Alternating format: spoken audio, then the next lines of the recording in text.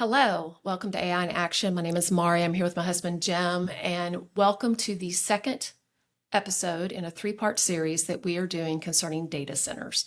Now, in this episode, we will focus on the legal aspects of data center construction.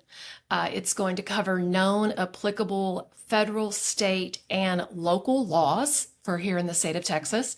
The discussion is going to address why simply attempting to block a project that's coming to your town may not be a viable or a successful strategy for any city. Jim has done a ton of research about these laws, like a lot of research. And before we jump into this, we're not attorneys, but I think you've done a pretty good job of the research. Well, one of the reasons we kind of had to change the definition a little bit is as I did research, there's so many laws that are in various states of passed or not passed, or, are they laws or are they just rules? There was a lot. So, no, we're definitely not attorneys. We do have some experience dealing with large companies on infrastructure projects, so we'll talk about that a little bit, but it's definitely complicated. I think we can boil it down, though, to the simple mechanisms that companies are using to try to get their way if the local population isn't all for it. Okay. All right. So let's talk about that. It's a multi-jurisdictional legal battle, right? That's what's going on. Oh, it's definitely multi. It's not just your county. It's multi-jurisdictional. It is. Okay. And it's all about grid integration. They're definitely focused on that. About AI, data centers, not just any data center, but artificial intelligence data centers, which takes so much more. Well, they've become the flashpoint partly because of what they require, and partly because AI has become, as I predicted back in January, it's become a political flashpoint that people are consolidating different things around. And it's really, unfortunately, it's dividing as I thought it would between the two parties. But yes, it is definitely a political flashpoint that AI has gotten the label. What I don't think most people know is I'd read years ago that Google, just for search, had 3.5 million servers worldwide. Now, that's not 3.5 million data centers, but those servers were in data centers. Right. And 3.5 million servers is a lot of servers. 3.5 million just for search. So it's not like a data center is a new thing. No, it's not. It's just, as we talked about last time, AI data centers use more power. Right. And so that's the first big flashpoint. Okay. So let's start with scaling and zoning. And I'm going to let you kind of walk me through some of what you have discovered about if they are coming to your town and they're wanting to build in your town, what's the kind of stuff that they're going to start talking about when they show up? Well, we're going to talk more about that later in the podcast because I actually have some graphs, which obviously we're going to share on the website. But the zoning and the scaling part of it is basically what zoning laws are they going to use? In Texas, it's different. I don't know. I don't know the zoning laws for every state, and even Texas, it's a little weird. But they have specific rules in Texas about, for example, if someone applies, I think it's with TEQ or what the Texas environmental quality, whatever they call it. They called something else when you and I dealt with them when we had our water system. They've changed their name. But they basically, I think the rules are once a company applies, the town can't go back. The town can't go back and change their zoning laws. Right. So you better get ahead of it on your zoning laws. But even that's complicated because Texas has big counties. Now, some counties are small, but the ones that are rural are big. Right. And Llano is 933 square miles. And the zoning laws are different from cities versus county as to what they can do. The counties actually have a lot less authority. Correct. And then you have cities within the county that some of those cities are incorporated and some of those cities are not incorporated. We have that here. I mean, we have a town that's part of Llano County. Part of Llano ISD, Kingsland. That's not incorporated. That's not incorporated, but it has more population than Llano does. But they don't have zoning there. They don't because they're unincorporated. Right. And so And you can tell. So if a very large data center was to come in to Kingsland or to Llano County, it would only have to go through the county regulations. It wouldn't have to go through the city regulations because it would be looking at It's an unincorporated area. And then if they went in and they did all these federal permits or did all these state permits, Kingsland couldn't all of a sudden go, oh, hang on, we're going to incorporate and fight this. Or they can try. There's been a couple of locations here in Texas that tried to put a moratorium and say we're going to stop for now. But the company, there's been 2 cases that I found where the company just sued.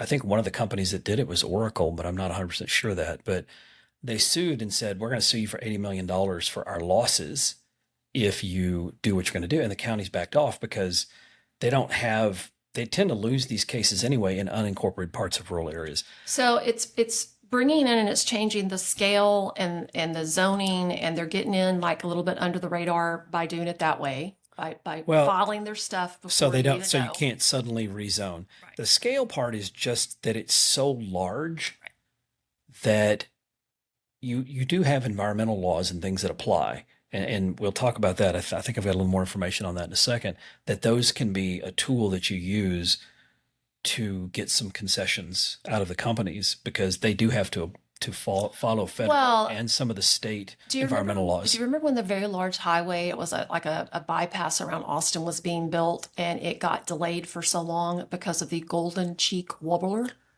which was a bird? Well, it's a protected bird. Right. So I'm sure that eventually you can find, if you really look for it, you could probably find something to halt until you get a chance to catch your breath. At the federal level, they've been trying to get rid of some of those environmental laws to keep people from utilizing them as a way of slowing down or fighting. And that's because the federal government is pushing for AI data centers. For a different reason. We'll talk about that in a minute. So this graph that we're looking at. Yes. We've got 4 components to it, which we'll share. I really like this graph. Okay. It's again, we can share it, but this particular graph was done by, I like using Notebook LM to kind of consolidate. And yes, I do. It's not called Notebook LM anymore. It's Gemini LM. You're right. I like using it. I do realize it's AI. I do love, please don't point out the hypocrisy of using AI to talk about AI. I can't help it. We use AI. I think data centers are important. None of this is about anti-AI. Anyway, the utility stress is what people focus on a lot because there's 2 aspects of it.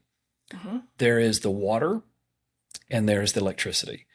In Texas, they are changing at a state level. They're changing a lot, or they're adding restrictions.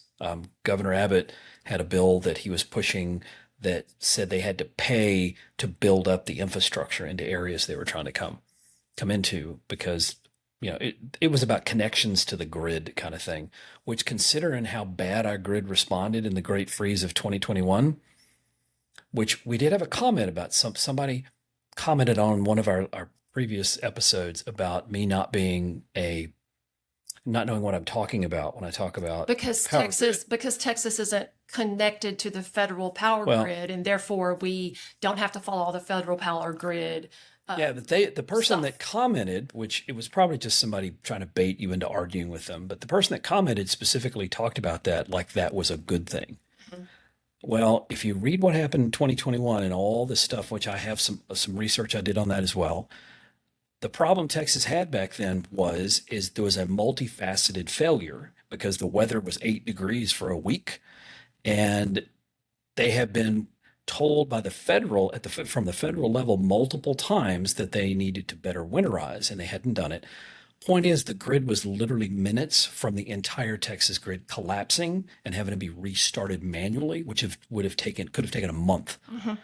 And so when you have a grid which is why they took people off of power. They had to pull power from customers. We went through every 2 hours. Our power shut off for 3 days. There were some deaths. Of course, our power shut off every 3 hours, 2 to 3 hours for 2 to 3 days. Right. They were doing rolling blackouts. During that time, we had no heat. We live in 100-year-old. It's people Anyway, that are on dialysis and things like that. well, the hospitals actually did a little bit better, You don't have to go to a hospital. but you don't have to go to a Your hospital. care. Anyway, so utility stress is transparency is one that I see a lot of objection to because they're getting NDAs in place. Again, this is the legal thing. They're putting these NDAs in place, these contractual NDAs in place to keep people from knowing who's going to be using that data center. So then you can't protest again. Like if they're coming in and building one, but it's a Google data center, you may not know that because maybe Google doesn't want you protesting it. I don't really know, but people are complaining about the lack of transparency on these NDAs. And they're doing that by using shell corporations and Correct. and They're kind of hiding this stuff. And then the other complaint, which this isn't really a legal thing, is the economic imbalance. Because we mentioned on the intro and the last episode we did, there's a lot of construction jobs when you start, but then they go but when away. it's all done, there's not that many jobs. Now, that being said, if a data center came near Llano, which it won't because we don't have the water or the power grid to support it, but let's say one did, 100 jobs, That's a lot of jobs. it's a lot of jobs in Llano. So there are some aspects of it where you look at it and go, it's only 100 jobs, and maybe you have 5,000 people that are doing roads and all that other stuff. But at the end of the day, it's still only 100 jobs. And the question is, would you give up your water and would you give up, reliable power for 100 jobs? And the answer is no. So it's really more about that scaling thing than it is about a particular building, the infrastructure scaling. Let's pivot. Let's talk a little bit about the different goals. The goals at a federal, state, and rural level. Right. Like what's the goal?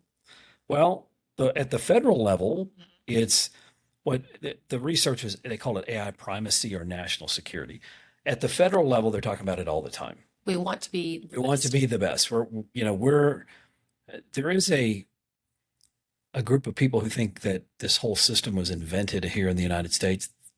My understanding, that's not technically true. It was created, the whole infrastructure for AI, or the whole modern AI was invented actually at Google DeepMinds, which is in the UK. So But if you say Google, you assume it's US. you assume it's US. But that being said, a lot of countries, including China, are all in on AI. So at the federal level, they're learning, this is a national security thing. We have to. We have to be And number I don't. one. I don't If we're think not the best, we're the last. Yeah. Yeah. You know what the what was it that guy said once? What the second place is? I don't know because I don't remember second place. It was the first loser. That's what he told his kid that once. Yeah. I was like, really? That's a horrible thing to say. Anyway, state level. Okay. We talked about that. And well, hang on the federal level, Mhm. how are they fast tracking the stuff that they're trying to do legally? Well, there's two different organizations. Okay. NEPFERC, NEPA and FE. I don't We're gonna know, have to bleep that out, Jim. but that these organizations are a lot about the grid connections. Okay. And here in Texas, that doesn't really apply because we don't connect to the federal grid. Correct. However, it does apply. And I think even there are some federal rules Even that if they have to follow even here, because even though we're called ours ERCOT, we're not really connected to that. But their whole idea is, how do we fast track these grid connections? It's speed. That's what they're looking for. Well, they're is looking for it accelerating because they want to accelerate it because of, national security. competition. Okay. All right. At a So state level here in Texas, I can't speak for every state, Okay. but I think it's the same everywhere. Grid stability and ratepayer protection. You're seeing a lot more discussions about that, mhm. where they're trying to put a legal infrastructure or legal laws in place that say you can't raise the rates. You and I talked about that last time. There's two aspects to the rates going up. First of all, there's the construction aspect. Right. When you build it and it costs $929 million to build this thing, or if it costs you $50 million for grid upgrades to get it connected to this thing, Who's paying? somebody's paying for that $50 million. They're telling these companies, it's somewhat of a grandstanding thing and somewhat real, but they're telling these companies, well, you have to pay for that. Well, you and I both know that doesn't always work out that way. They're going to look for tax incentives. Well, and they're going to look for ways to mitigate the that cost. cost gets pushed out at some point, Mhm. somebody's going to pay for that. So they're trying to lock in things that says you have to pay for it as a company. You can't, or whoever the people that build the data center is, you have to pay for that. You can't pass it on. There's like here in Texas, they're having like a non-refundable fee for the connection fee that's supposedly going to defray the cost, so they can't push that to the ratepayers. Okay. I don't know if that actually works or Okay. not, but they're talking about it. I think the Senate Bill 6, that I think that's the one that is Allocation of funds. specifically talks about that. Okay. So they're trying to say, because here in Texas there is, Virginia or around the DC area, they're having, I mean, that is the most data centers in the world, highest Correct. concentration in the world. A lot of them are starting to move outward away from there because it's so expensive to build there. Texas is one of those places. Abilene, there's we talked about it in our intro episode about Dallas. outside of Dallas, and Outside the of fact Waco. that they're talking about using massive amounts of cooling water. Another thing that one of the governor's bills talked about was they were required to use closed loop systems. That's a good idea. Well, it's a good idea. It's not a magic bullet though that fixes all problems, because you still have to get rid of that heat, and you're still going to lose some water. And by the way, to fill up that initial cooling system, you're going to suck a lot of water in there, like millions of gallons potentially. Yeah. It's got to come from somewhere. Right. I mean, the city of Llano, I think, uses something like 1 million gallons a day of water, I think is what I read once. Okay. And which is a lot of water. It seems like a lot. But anyway, we're talking about that much water. I mean, Right. like a whole town's worth of water that can get drained into one of those It's like things. filling up that swimming pool, Except a really big swimming pool. except it's a really big swimming And then at the local level, a lot of the laws are around land preservation, meaning that what if there's a green space? We talked about that in Taylor, I think it was, where they had a park that it was donated, and then all of a sudden it gets sold because The city. it got passed to a nonprofit, which then passed to the city, and then the city sold it. That green space is gone. Right. And so a lot of Which was originally willed in Right. an estate. So you need to be careful if you're a town to make sure you've got the I's dotted and the T's crossed on your rules about where that kind of stuff can go. People don't think about that because it never occurred to the citizens there that like that park that the city was going to sell it to a data center because someone decided that there was economic, viability. Development. Yeah. So what the cities are trying to do is moratoriums, noise ordinances. They're trying to everything That's a they big can one. do. That's a big one. It's tough to enforce though, It really because is. all they're going to do is they're going to build a big wall around it, Right. and then it's just going to be ugly before. So And they're then platting. That Yeah. now you have to get the surveys and the plats, and you have they're to trying to slow things down. They're trying to put moratoriums. Now, some of the states are passing this, and I really think that's where it has to pass. I don't think if you're a local administrator. administrator or whatever, the odds of you being able to stop it with the amount of money that's behind it by yourself is very small. And we're going to talk about what we did when we were doing infrastructure to try to help mitigate what we anticipated that as well. Okay, so let's talk about the federal level. Well, we talked about that a second ago. AI is a national asset. It was Executive an order executive order. 14318 was what my research said. It basically forces the adoption of in NEPA categorical exclusions, circumventing leaf. It's those environmental things, environmental reviews that they're trying to circumvent. We Now, don't need those green trees. you We know, don't need the that thing water. is, there is a balance in there. I don't agree with you circumventing all of them, but I do remember them not being able to build a mall in Austin. Now, I'm not saying malls are great, but it was literally the rule they found had to do with a worm that lived in a cave. Mm. And they said they found a protected worm. So, I mean, you can get a little carried away with it. I mean, at what level does the environmental laws really, supersede what you're trying to do? That's why but- we need smart people making those decisions. You need more scientists and engineers, but you need them from both sides of the aisle because there has to be an economic consideration. People do need to have a job, that kind of stuff, as well as the environmental. I think you can balance the two. We're going to talk a little more about that in the third episode. The mandates also from which I think these come from I said NEPA FERC. FERC is the federal, folks. I think that's the grid people for the federal level. Anyway, they're directing agencies to expedite permits on large, Usage. large Facilities. electrical hookups, like 100 megawatts or $500 million in capital. Basically, they're trying to shift high impact industrial construction and associated backup generator emissions. That part I don't agree with. They're trying, I mean, I know that Elon Musk just bought I read that he bought a company that makes these generators. You and I talked about that. If you can't get the grid connections, You're going to have to put diesel generators. backup generator is supposed to only be a backup generator. It's not supposed to be your primary source. Mm-hmm. And I completely disagree. If you can't build it and get it connected to the grid to where you can get that power, Don't burn fuel to keep it up. you're going against, it's the problem everybody talks about. Now you're adding a huge amount of emissions. Plus you've got these large Noisy tankers things. that are storing all the fuel in. They're very loud. The emissions are awful. It'd be like living near And Elon highway. Musk has started buying this up. Well, he bought up a company that does it because he's building big data As I centers. said, Elon Musk is starting to realize that maybe he can't attach into every power grid he wants, and therefore he's going to go ahead and run stuff off of diesel. And That's what it looks like. So what's this about the sunset? It's something's being allowed to sunset in September of 2026. that is the Federal Data Center Enhancement Act imposing energy and water efficiency standards. They're allowing it to expire in September. So they're expiring it in September so that then they can come in with this new executive order they and can change accelerate it, things yes. to go back to accelerating this. Yes, if Congress And doesn't, somebody had put a ho, hang on, let's wait a second. yes. But they're going to allow that to expire. So then they can put a new one in place that allows it to go faster. Okay, so let's talk about the state layer. So we know the federal layer, and we know why the federal is It's all about let's get it done. Get it National done, security, throw got to it get it there. done fast. And we actually had talked about that not too long ago when it came to Zimmerman and the stuff that happened with Where they take stuff and make them national security Right, things just so so then they they can can bypass slush it. they can bypass all the laws.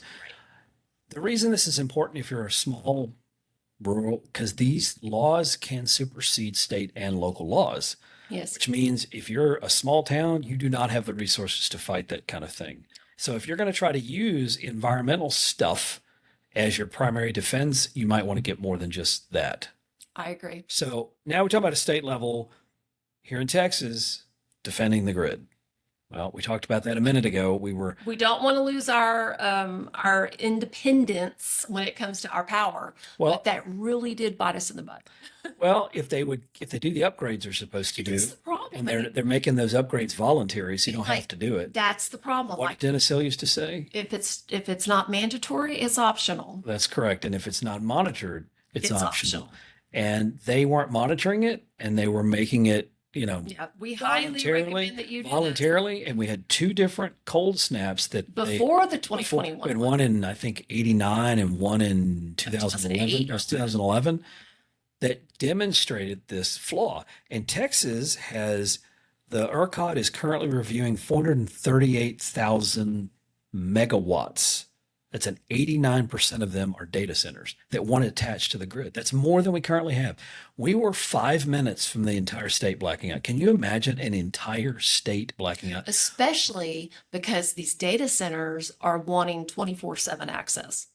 They Yes. want the part of the grid that the hospital.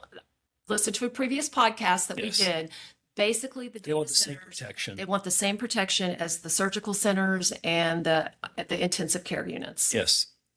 And the second part of the problem is that if the grid goes down, they're gonna switch those generators on. So if a data center is coming to you and they talk about how, hey, you know what, it's not going to, the noise pollution, not a big deal. Yeah, until they have to switch those things on because the grid starts going down. So what they've been talking about, the developers are facing a $50,000 per megawatt I think it's 50 million. I think it might be a misprint. They must pay 100% of direct interconnection costs up front. Now, that is going to push them more toward established areas. Now, this is the state of Texas. This is the state Again, of Texas, and I not think it federal, I think it state. applies elsewhere as well. But if you look at the state of Texas and you look at where you're going to put that, for example, if they decided to come here, Llano County, we don't have the high voltage lines here. No.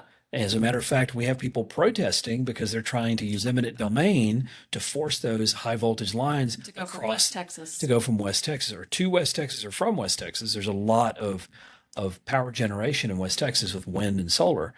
And so they're talking about bringing those through here, and people are objecting to that.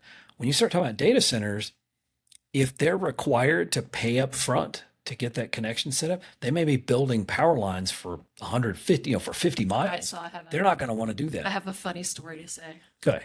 So I pulled out of our driveway yesterday and I noticed on the edge of the county road that's saw in that. front of our house, right at the edge of our driveway, it was a big white X. X marked the spot. Big white X with like a 105 or something like above it. And I was like, oh my God, are they about to put something there? Are they marking for a high tension line to come Right down the highway. Right down the what are they doing? So I had to do some research on it. I had to ask my county commissioner if he knew what it was. I actually did some research on that for you. Yeah, and it's not that, but that's the first thing that popped in my head whenever I saw I don't want a high marked tension the line. highway like that. Is that I don't want a high tension line in the front of my house. Let's talk about that for a second, because one of the things in your slides that we've been going through in your research and stuff, you mentioned the tax base and bringing in tax money and how do people pay for the utilities, because the utility bill's gonna be going up and stuff like that. What if they build next to you and then your home value goes down so much that you can't resell your home for the value that And you have to argue with the state, the county, and the city as to whether or not your home value's actually gone down. exactly, because because they're not going to lower your home value, even though there might be a data center, half a mile away. They're not going to lower your home value when it comes to the evaluated I tax. mean, like the people that got their house built right next door to a dollar store dollar built store right next door to them. massive lighting and stuff that they have been trying to sell their house and It's can't on the sell it. market and they've already lowered it by $100,000 Yeah. and it's still not selling. So bottom line is that the states are really focused more on the grid connections, when in reality they're kind of focusing on the water here in Texas, but I don't think as much as they should. And I think that again, there's ways, which we'll talk about next time, that they could be better citizens, these people building these data centers, to mitigate the water problem beyond just, I'm going to make a closed loop system. So let's talk about the local layer. We've The- talked about yeah. the federal, talk about the state. Now let's talk about what you can do locally. Well, again, the stuff that you'll post, it made it look like a dartboard, but the city limits, the cities have full zoning power. In other words, within the city limits, they can do what they want to do. Most data centers don't build in city limits. The ETJ, extraterritorial jurisdiction, that is outside the city limits. That's like your county commissioners and stuff. Well, that's not full county. I mean, we have that here in Atlanta. Like even us, we're right at the edge of this, the ETJ, because we're not in the city limits. But Surrounded by the what cities also have authority to a certain distance from the city limits, and I believe that's what that's about. The big part is the unincorporated county. And we have a lot of that in Llano. We're a big. the unincorporated parts of the county. There's a lot of unincorporated parts of Llano. The site selection has moved from energy to power plus in permission. Basically, they're trying to get permission. The loophole they're using is they're trying to bypass municipal zoning restrictions by building in these unincorporated areas. And in Texas, counties are, they say it's GA 0648. I don't know if that's right or not, but I didn't get a chance to check that exact law. But the counties are creatures of statute. They possess no general policy powers and cannot legally reject a project simply because they dislike the industrial use, building size, or density. They also can't change their laws after they've applied. So Texas has a different set of rules for these, and they're taking Okay, advantage. so in my brain, I'm thinking about domain names. Do you remember when the internet first came out?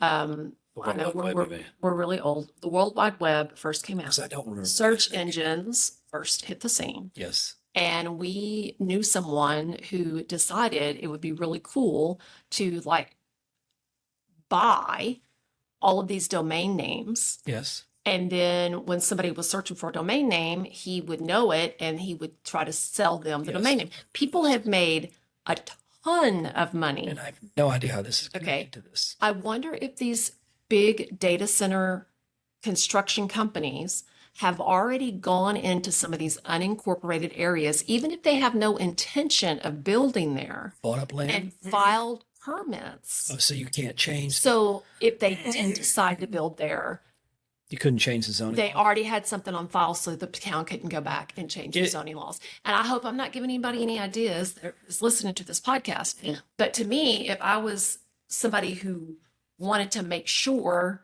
that if we decided to build there, the city couldn't, or the town couldn't come back and also change their zoning laws, Yes. I would be filing in every single town that was close to a water source. Yeah. Developer, the lock-in rules, the next slide that I put in here was a local government code, chapter 245. The moment a plat application is filed, the project is legally reviewed under the rules existing that day, blocking sudden county bans. That's It's like starting to college under a college catalog. You graduate under the college catalog, but you started the college. Chapter So- 232 allows Change counties the to law. manage subdivision plats, roads, drainage, but imposes a 30-day approval clock. In other words, they can't just stretch out the approval. They can't invent ad hoc requirements or use plats to ban data centers. And then the final thing is that this is what they call it, this thing called the developer playbook in unincorporated lands litigation, where rural counties try to enforce illegal bans. Developers threaten massive unconstitutional taking lawsuit. There is a county here in Texas that was forced to rescind its May 2026 data center ban after an $80 million developer lawsuit. I think that's the one I was just talking about. That I don't know if it says called Hill Country, but Hill County. I'm not sure if I think it was Hill County. Hill County. Anyway, I think that was the one I was talking about earlier, where they basically said, you don't have the authority, you're going to lose the lawsuit. So they dropped it. So they're going to build. Isn't that, as a corporation, it amazes me. You want to start your relationship in a county by making Being not only adversarial. people hate you, but literally saying, if you don't allow me to come, I'm going to sue you. Yeah. That's a great way to do it. I mean, I guess if you live in the city and you're rich, you don't really care if everybody in the county hates you. No, you don't care. But it's sort of like years ago. You never have to meet those people. It's sort of like years ago when our local phone system was Verizon, and everybody here hated them because they wouldn't work on your stuff. And they came into my office once, and they had their shirts on because they were trying to sell. Now they don't own the system anymore. Frontier does, but I told the guys, I said, if I were you, I wouldn't go into a local restaurant with that shirt on, because people don't like you very much, Right. because they were just not trying to help Very people. helpful. They were not trying. So how would you like to be one of those 100 people that work for that data center that got there In the because town. and you want to live in the town? You know, this is the promise they're making. We're going to start jobs. We're going to have 100. These 100 people are going to come to a town that everybody hates them for working at that job. Even if it's somebody who's lived in the town their whole life, they're going to be not liked if they come in with that attitude. If the company comes in with that attitude, it's going to be like a betrayal. The person who goes to work. Yes. So the next thing, I brought this next piece in because when we start talking about this, you're like, well, how do you know any of this? I mean, anybody can Google search. Hell of a lot of research. And I can, and I'm using AI tools, which are of course built into Google and everything. And I'm not arguing that I'm not a lawyer. I do a lot of research. However, from an infrastructure perspective, we started many, many years ago. I've been at the school district for 21 years. Even before I worked at the school district, we had already started trying to figure out how to get better internet connection to Llano. And the first thing we did was we were going to apply for a grant. So we got this committee together. We applied to apply for grants, just local citizens, and I was included. Some company had already applied and received the grant and done nothing. They just got the grant. They didn't do anything. And that was my first lesson in, I thought, surely this is illegal. So we called the people, the state agency that does the grant, and they said, no, it's not. As long as they at some point can show that they've made, and what they ended up doing was offering the equivalent, this is well before Starlink, really bad satellite service. They started offering satellite service, which was already there. So we could not apply. So they did the minimum required in the offer to get all of the money from the grants. So we had nothing. You know, fast forward, I start talking about building, we put in our own wireless systems, we did all kinds of stuff. I started talking to the city about the city because we couldn't get these companies to bring in any kind of fiber. We wanted the companies to bring high speed internet to Llano, and we couldn't get anybody interested. So I started talking about this to the city about it. Well, around that time was when I also testified before the House subcommittee on rural broadband, all that stuff. We started running into there was a lot of lobbying going on and laws being passed, which got passed. I think Senate Bill 1152 stripped the cities of Doing their own. doing their own. Basically, it made it to where the cities could not do their own service as long as any company Would offer it. would offer it. But we got in before. First of all, I decided at that point that the smartest thing to do was not. I didn't know if we could finish in time. So I'm like, okay, I'm not going to fight this law. I could get grandfathered in if we do it, but it's not worth it because the city will take forever to make up their mind. With the next committee we started, and this is what I'm recommending to people when you talk about data centers, we had a judge on the committee. We had people that were retired senators and politicians that were involved in the committee.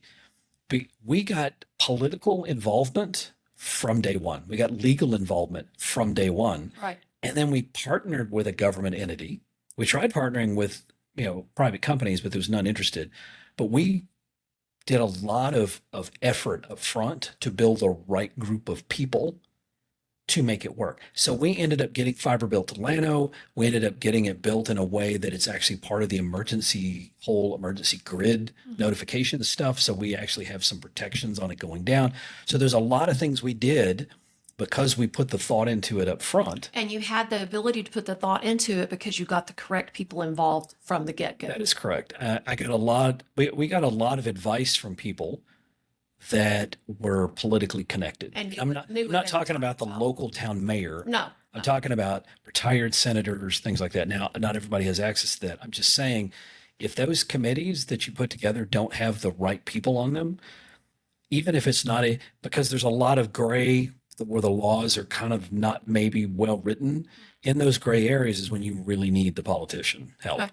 the political pull. Sounds good. There was one place that I put in there, Mount Bellevue, I think it's around Houston.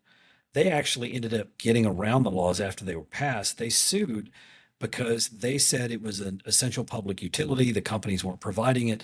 They ended up being able to put in their own, but they were one of the So few basically, places even though a company might have came in there and said, hey, we will provide the minimum, which is what they were doing. which is what they were trying to do here, this town said, no, the minimum is not good enough because it's essential for us to do They got it. 5 steps higher. Well, and the town the companies were putting $0 into it. They just didn't care. And so they built their own. So the point is that if you want to take control of it, you better do it early enough, because we started out with those people on our committees. Mm-hmm. We started looking into it early enough to make sure that we weren't boxed in by the laws we knew were going to get passed. Right. Which is something that you talk about next, is about like your local defense. So Yes. what would you do? There are some other people who have done some stuff. There was in Indiana, a county level pushback to protect productive farmland. Mhm. So They're getting ahead of it. when existing zoning fails, use the simultaneous moratoriums to prevent regulatory arbitrage, developers playing neighborhood counties against each other. So basically, these people started getting ahead of it, and they started looking at agricultural exemptions and saying, you're building this on farmland. Mhm. Just actually true. Yeah, That's we kind don't of a want to do stupid that. place to Yeah. live. They think of it because they're flat. It's kind of a dumb We place. grow our food there. They also wanted to make sure they had setbacks from I'm sorry. schools and stuff. I'm as well. sorry. You're sorry about what? I'm sorry. I'm going to interrupt you here because it brought back to mind the flatlands, the farmlands, the place that we grow our food. We actually need those locations because you don't just get food from the HEB. Yes. Okay. It happened to me when I was in college. There was a girl in one of my college classes. First about chickens. We were talking about farm subsidies. Yeah. And she was against farm subsidies. And here you are at A&M, and it's a bunch of agricultural kids. And this one kid looks at her and says, "Where do you think you get your eggs?" The HEB is what she said. And it's like, people don't realize that the food that you're purchasing at your local grocery store Somebody's is growing that somewhere. Building a data center on farmland, rich farmland, not the smartest thing to do. Right. So again, when you bring it all together into a picture, how do you do this? My first recommendation, based on my own personal experience, and this is not my legal research, start now. If you think you're in one of those places that could potentially be one, Even if you aren't sure. yeah, it's really not hard to figure out who's ground zero, though. I mean, if you have a lot of flat land, And if you are you've got some water and you're near a large grid area already, you're already in your ground zero for some of them. And somebody they may have already done what you said. They may have already filed the plats just so they can lock in the current laws. You better get your ducks in a row quickly. Now, here in Llano County, not only do we have water problems, it's not very flat. So it's not really, and when I say it's not flat, we have big granite rocks everywhere that are hard to move. I don't see Llano County and we have no grid connections yet.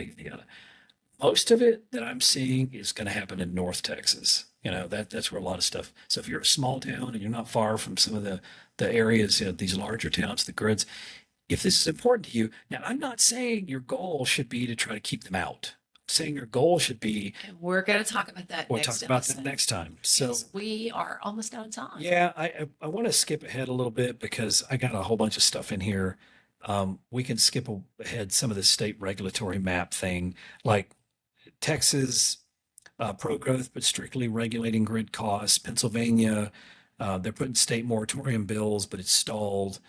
Virginia, Georgia, Indiana, these are all places where there's a lot of data center activity. And they're having problems. Well, people are pushing back hard. And I think it's unfortunate. I watched a podcast today where a lady was talking about that.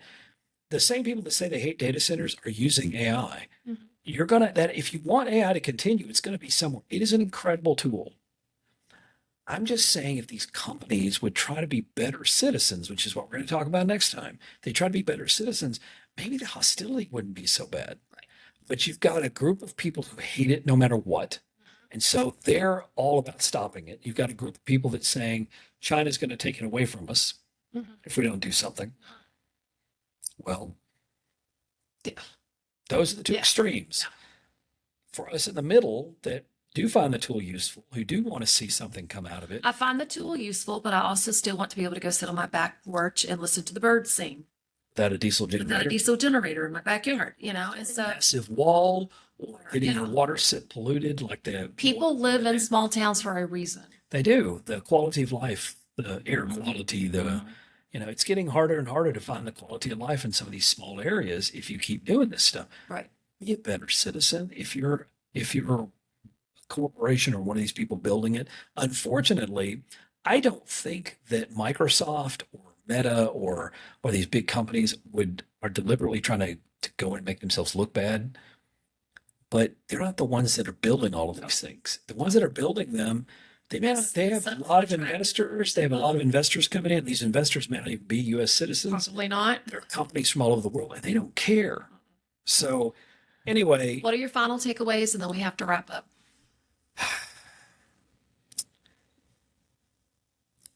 be careful of the federal, state, and local issues. Even if you think it doesn't affect you. Even if you think it doesn't affect you, it very well could. Mm-hmm. Make sure that you don't think zoning laws are going to be your fallback position for everything. And if you do think that, you better get them done. Get them in place now. Better get them in Mhm. place now. I do think that there should be more of a transparency thing, and maybe these communities can push hard enough to get the transparency. I don't know how much good that's going to do, though. Just knowing who's doing it may It's not not really do that gonna much matter. good. Yeah. Not if they're going to build it anyway. But I think if you're a small community, I think at least try to look at it from the positives and the negatives, not just the negatives. Don't let the narratives completely come from people who say data centers are all bad.